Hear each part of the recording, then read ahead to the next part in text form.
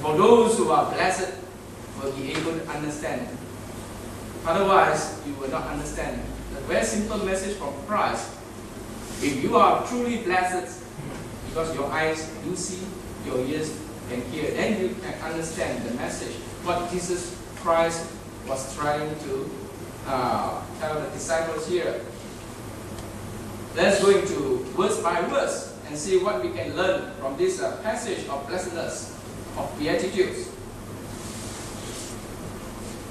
When Jesus said, "Blessed are the poor in spirit, for theirs is the kingdom of heaven," it means that you have to be poor, you have to be humble in spirit. You have to be humble, have a humble opinion of yourself, to be sensible that we are sinners and have no righteousness of our own. If you think you are righteous, then you are not in this category of the poor in spirit. You have to be humble and willing to be saved by the rich grace and mercy of God. If you turn to a book of Luke, turn to the Bible, turn to the book of Luke, you can see an example.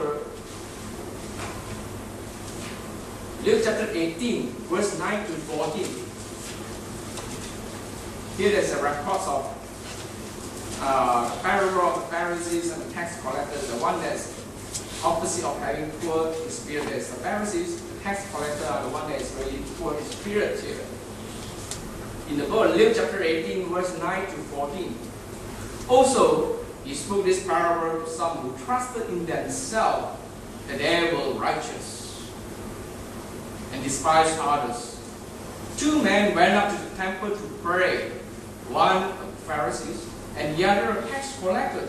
The Pharisee stood and prayed thus with himself, "God, I thank you that I am not like other men, extortioners, unjust, adulterers, or even as these tax collectors. I fast twice a week, I give tithes of all that I possess." And the tax collector, standing far off, would not so much as raise his eyes to heaven, but be expressed in God, "Be merciful to me, a sinner."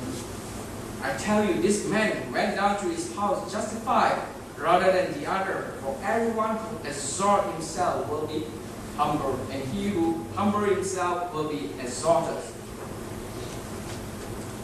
So, one of the qualities that you need to have if you want to be in the kingdom of heaven is that you have to be humble, poor in spirit.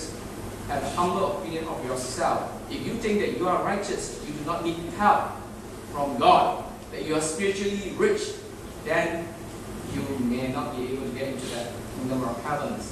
So realizing that you are indeed sinful, okay, you have sin in you, that you need our Lord Jesus Christ to save you. Realize that all gifts and blessings actually indeed come from God. Okay? Everything you have, okay, actually all blessings from God. You have to be completely empty and be able to open,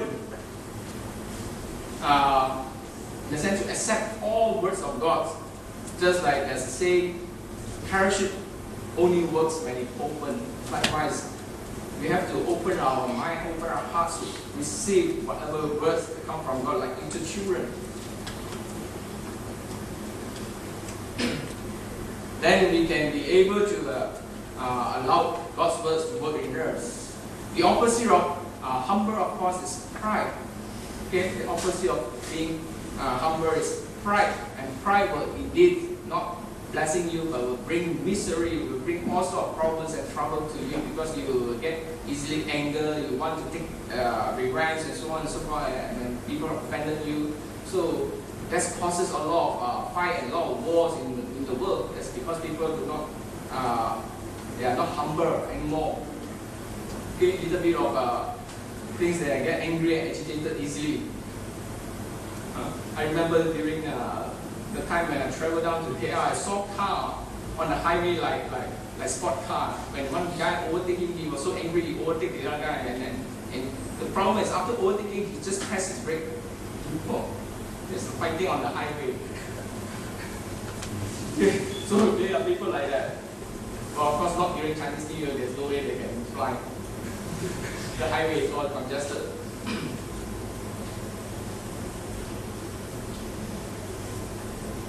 We also have to recognize the fact that we have to mourn. What do we mean by here? Blessed are those who mourn, for they shall be comforted. Okay? They shall be comforted. Mourning in this context is called blessings, because when you mourn means you regret what you have done. You want to change, to improve yourself and do what is right. So if you are truly humble and appreciate all gifts and blessings from God, you will grow in love and gratitude, okay, in our Lord Jesus Christ, and you will have these regrets in you because of your sin, because you knew that you have hurt the one that's truly loved you and do good to you. So if you were to take a look at the book of Psalm 51, verse 3 to 4, it records good examples where David did mourn for his sin. He was so, he acknowledged what he has done wrongly.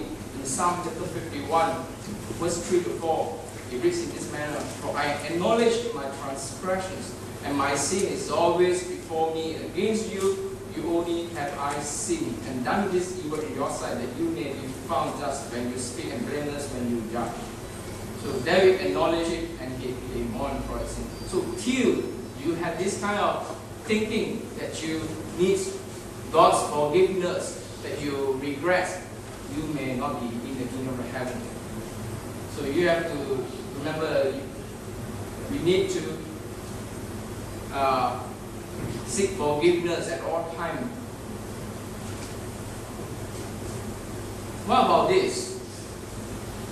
Matthew chapter 5, verse 6. Blessed are the meek, for they shall inherit the earth. Well, if you are truly humble, you will be gentle. And as English words use gentleman, that's truly gentle. That's why gentlemen, in that sense, never beats women. But nowadays, some say no such thing anymore. Men also beat women. Blessed are the meek. If you are a humble person and meek and being so gentle and kind, so even when you are faced with adversity and hardship in life, you will be so gentle and so obedient. You will not resist whatever things that put forth to you. Okay? If you're so obedient to learn, so submissive to the will of God, then certainly you will be able to bring peace on this world. So the humble person will truly become meek, become gentle and kind.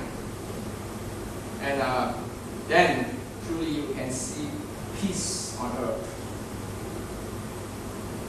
What about this? You also need to have this desire to be righteous. Blessed are those who hunger and thirst for righteousness, for they shall be filled. When you are hungry, you want to fill your stomach. When you're thirsty, you want to go for a drink. My children, when they're hungry, they know where to look for cookies and look for food. When you have this desire to be like God, okay, want to be perfect, want to strive to be perfect, wants to have good moral, desire to be just, then you will indeed will be fulfilled. Okay? Because that's where it will lead you to. Only if you have that kind of mentality. If you don't have that kind of mentality, you won't want to improve. You won't have this desire.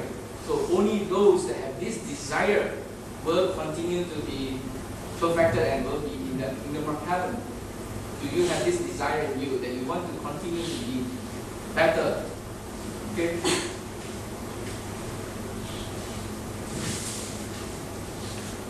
Matthew chapter 5 verse 7 says, Blessed are the merciful, for they shall obtain mercy.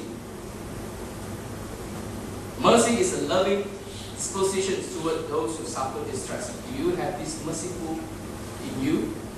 Do you have love and compassion forgive your neighbors.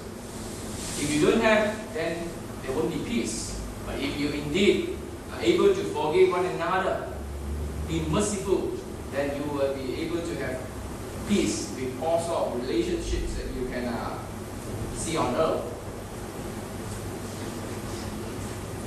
In prayers, we remember we always pray in this manner.